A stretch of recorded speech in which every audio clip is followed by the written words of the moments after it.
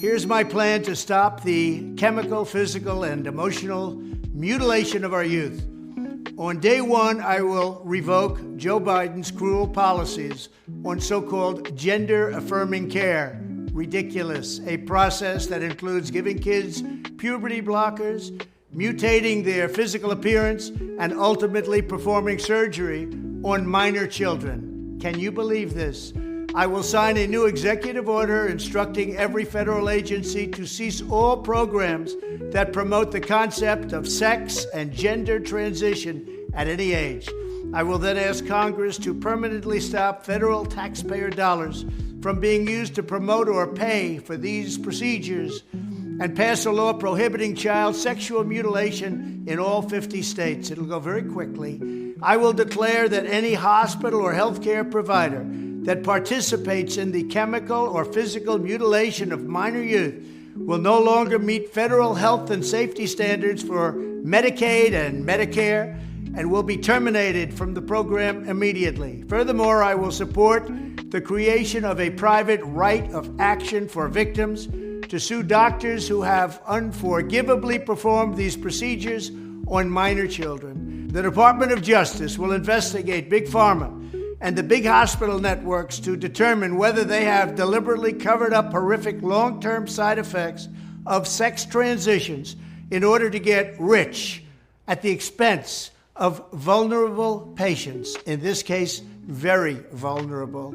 We will also investigate whether Big Pharma or others have illegally marketed hormones and puberty blockers, which are in no way licensed or approved for this use.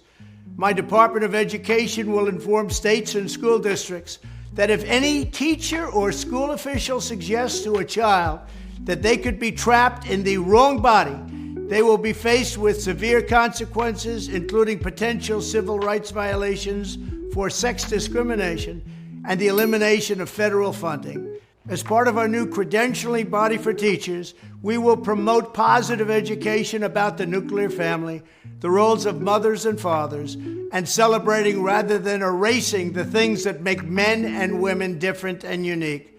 I will ask Congress to pass a bill establishing that the only genders recognized by the United States government are male and female, and they are assigned at birth. The bill will also make clear that Title IX prohibits men from participating in women's sports, and we will protect the rights of parents from being forced to allow their minor child to assume a gender which is new and an identity without the parents' consent. The identity will not be new, and it will not be without parental consent. No serious country should be telling its children that they were born with the wrong gender, a concept that was never heard of in all of human history. Nobody's ever heard of this, what's happening today. It was all when the radical left invented it just a few years ago.